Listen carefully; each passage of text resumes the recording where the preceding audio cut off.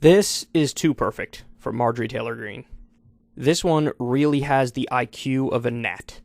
It's incredible. So, of course, she in part made her career by going around calling lefties oversensitive, whiny little snowflake bitches who can't take a joke. And then when one of the late night hosts, now granted, I'm not a fan of late night TV. I think they're really cringe. I think they try too hard. I think they're kind of partisan hacks at this point. But anyway, Jimmy Kimmel makes a joke at Marjorie Taylor Greene's expense, and this is the response that we get. Tweeting at ABC, "This threat of violence against me by Jimmy Kimmel has been filed with the Capitol Police." What? Now, we're going to watch the clip in a second here.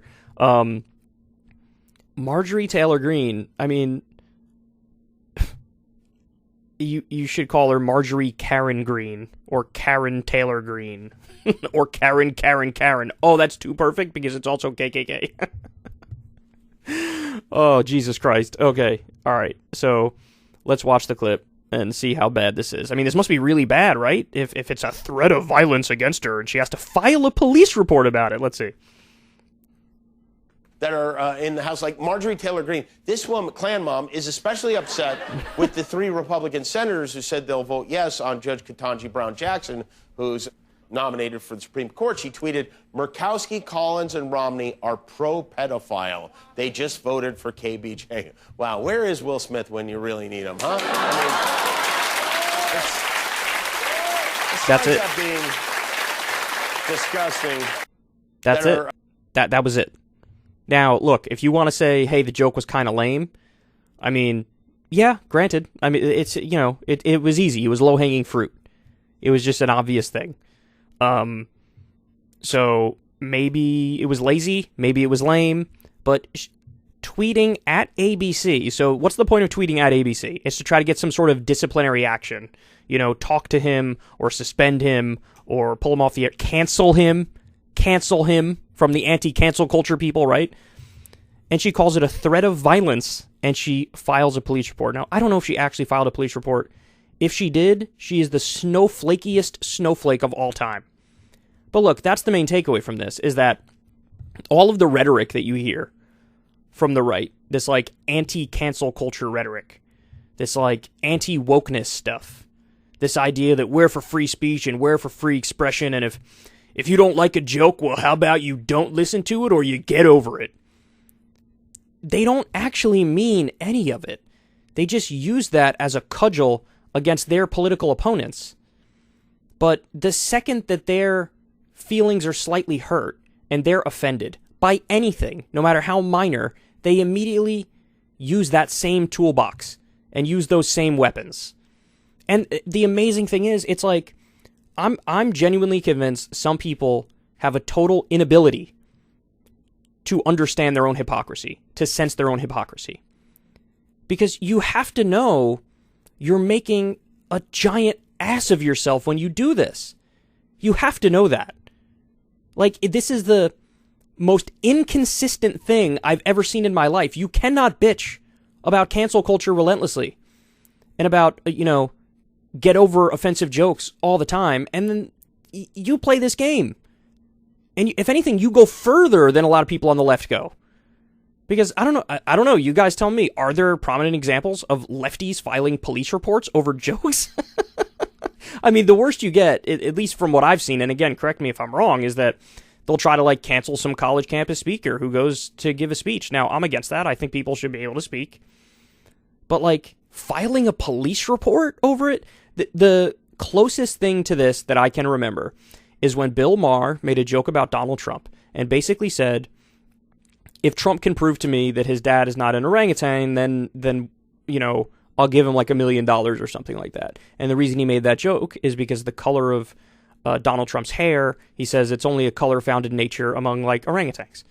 And so Trump saw that joke and then sued Bill Maher asking for the money, claiming, look, here's my birth certificate. I can prove that my dad is not an orangutan. So Trump filed a lawsuit against Bill Maher over a joke. But, that is clearly against free speech and free expression, quite literally. But at the same time, it was also sort of like a troll, right? You get the sense he was kind of trolling as well. Which, maybe it marginally changes the situation, although it's still deeply against free speech and free expression. But in this case with Marjorie Taylor Greene, honestly, I think it's even more obnoxious. Because as I'm reading this, now, maybe I'm autistic, maybe I'm dense, maybe I'm not, like, it's not landing with me, but I don't read sarcasm in this. I don't read like I'm countering your joke with my own joke in this. I read this very literal, very straightforward. You made a joke at my expense. I don't like it. So now I'm filing a police report against you. Okay, fine. But for the love of God, she can never, ever, ever, ever, ever again complain about wokeness, complain about cancel culture, complain about the left being against free speech and free expression in the First Amendment. Because she is, she's exactly the thing that she claims to despise. So, I couldn't believe this when I saw it. I couldn't believe it.